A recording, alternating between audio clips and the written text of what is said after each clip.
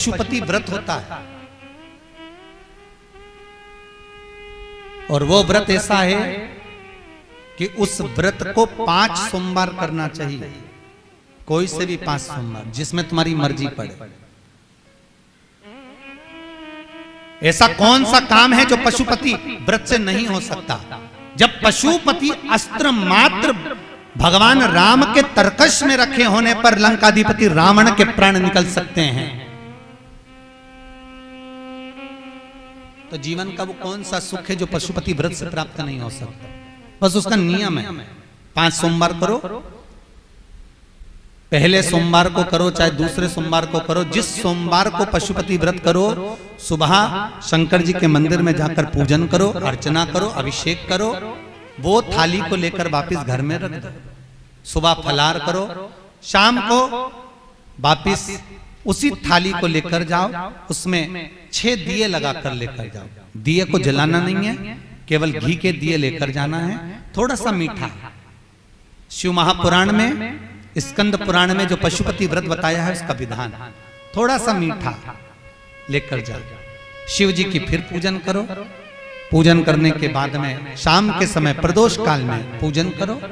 पूजन करने के बाद बाबा भोलेनाथ की आराधना कर कर 5 दिए शंकर जी के सम्मुख में लगा दो।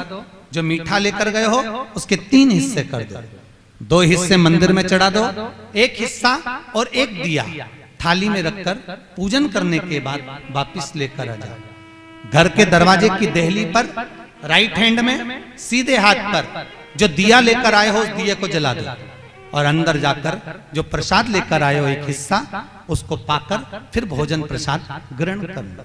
ऐसे पशुपति नाथ के 5 व्रत होते हैं। ऐसा कौन सा कार्य है जो भोलेनाथ पूरा ना करता?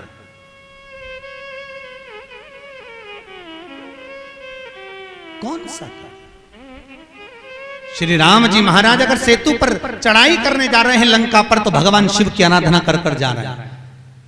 भगवान कृष्ण ने भी भगवान शंकर की आराधना करी, भगवान शिव की आराधना।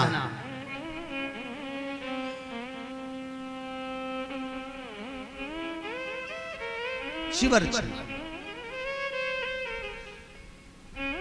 मेरे वेंकटेश भगवान तिरुमाला के शिखर पर अगर तिरुपति बालाजी विराजमान हैं, तो पहले उन्होंने भगवान शिव जी से पूछा कि हम यहां बैठकर तप करना चाहते हैं, आ जाएं? भगवान शंकर ने कहा आओ, और तिरुमाला के शिखर पर बैठकर तप करो, साधना करो, आपकी मर्जी पड़े वैसे निवास करो।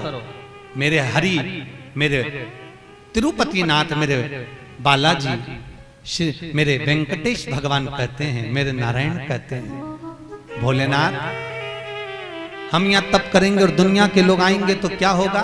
शंकर भगवान ने कहा चिंता मत करो, आप तिरुमाला के शिखर पर बैठकर तप करना, मैं कपिलेश्वर महादेव के रूप में बैठकर तुम्हारी रक्षा करूंगा। अगर आप तिरुपति गए होगे तो आपको मालूम होगा, ऊपर तिरुमाला में मेरे नारायण हैं, तो नीचे कपिलेश्वर महादेव में मेरे शंकर बैठकर रक्षा कर रहे हैं। नाथ द्वारा चले जाओ। जब श्री जी बाबा के ऊपर आक्रमण किया गया,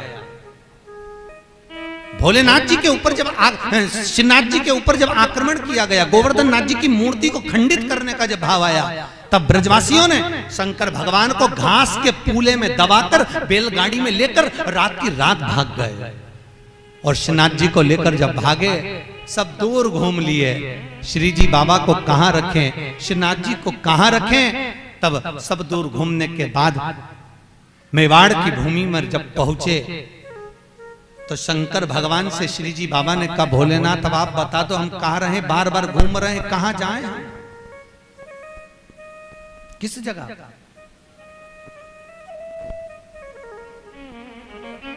हम कहां जाएं, हम किस जगह पर जाएं? आप बताओ। भगवान शिव कहते हैं ठाकुर, हे श्री जी बाबा आप एक काम करो, आप मेवाड़ की इसी भूमि पर रहिए, आप यहां रहोगे और हम एक लिंग जी के रूप में आपकी रक्षा करेंगे।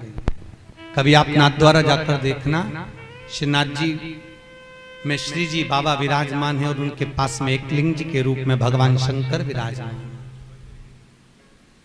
कोई ऐसी धरा, कोई ऐसी भूमि, कोई ऐसी जगह जहां शिव ना हो, हर जगह सर्वस्व विराजमान भोलेनाथ सर्वस्व।